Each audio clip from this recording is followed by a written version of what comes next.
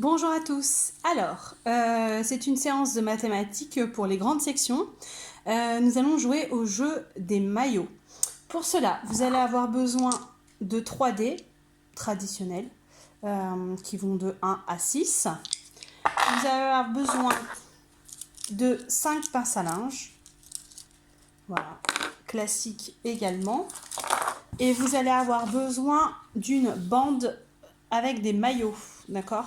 On a déjà fait un travail avec les maillots, là il est différent. Comme vous le voyez, je suis très douée en dessin. Non mais voilà, c'est assez facile de représenter la bande. On fait des petits maillots et on met des chiffres, des nombres de 1 à 12. Voilà, tout simplement, enfin même pas de 1 à 12, pardon, de 3 à 12. J'ai également fait un modèle sur le plan de travail qui est envoyé. Donc, si vous n'avez pas envie de refaire à la main, vous pouvez le faire, l'imprimer et le découper, tout simplement. Voilà.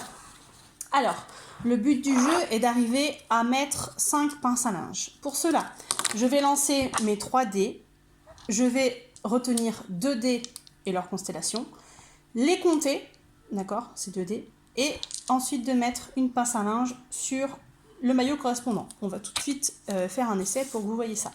Alors, je suis tombée sur 2, je sais pas si vous voyez, de 2, sur 6 et sur 5. Donc je vais décider d'additionner, d'enlever le 5 et d'additionner le 6 et le 2. D'accord? Donc je compte 1, 2, 3, 4, 5, 6, 7, 8. Donc je cherche le 8 sur ma bande des maillots. D'accord? Donc là, il est là. Et je lui mets une pince à linge dessus. Hop, pour le cacher. D'accord? On refait la même chose. On lance les dés. Hop. Donc là, j'ai 4, 5 et 4. Donc je retiens, j'enlève un 4. Et je vais additionner le 5 et le 4. Et je compte. 1, 2, 3, 4, 5, 6, 7, 8, 9. Je peux aussi mettre sur mes doigts. 5 et 4. Pour aller plus vite. Donc 9. Je prends ma pince à linge. Je cherche le 9 et je mets la pince à linge dessus. Hop. Ensuite, on va faire la même chose. Vous voyez, c'est assez simple comme travail. Je lance le dé.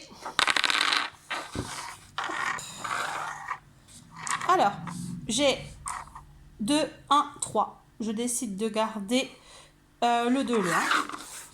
Je mets 2 et je mets 1. Ça fait 3. Je mets donc une pince à linge sur le 3. Il est là. Hop là. Voilà.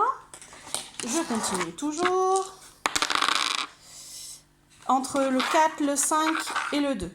J'enlève le 4. Je prends 5 et je prends 2. Ce qui fait le chiffre 7. Je mets une pince à linge et je le mets sur le 7. Hop. Je vais cacher, c'est bon. C'est pour ça que dans le plan de travail, je vous dis de mettre sur une planche de carton. Comme ça tient un peu mieux. Bon, là, ça tient, bien sûr. Mais peut-être que c'est un peu lourd après 5 pinces à linge. Et en dernier, je relance encore mes 3 dés. J'ai 1, 1, 4. Alors, il n'y a pas de 2, donc je ne peux pas faire 1 et 1. Donc, forcément, je fais 4 et 1. 4 et 1, 4 et 1. Ça fait 5. Très bien. Hop. Et là, j'ai réussi à mettre mes 5 pinces à linge. Alors, l'idéal, ce serait que vous jouiez à 2, vous jouez avec votre enfant, ou alors il joue avec un de ses frères et sœurs, pour qu'il y ait un peu plus de challenge, parce qu'effectivement, c'est le premier qui réussit à mettre ces 5 pinces à linge qui gagne.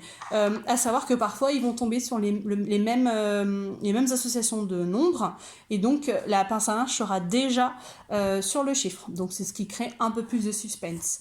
Si c'est trop facile pour votre enfant, vous pouvez le faire jouer avec les 3D. D'accord? Donc forcément, là, les nombres sont plus grands et donc il y aura un peu plus de challenge. Voilà, c'est une manière de faire. Vous pouvez aussi bien mettre des nombres qui vont de 10 jusqu'à 20. Ça, c'est possible également dans les maillots, il n'y a pas de problème. Là, je vous montre la base du jeu. Après, c'est à vous de voir. Voilà, j'espère que ce jeu va vous plaire. N'hésitez pas à me faire des retours là-dessus. Et puis j'espère que cette vidéo vous a plu également. Bonne journée!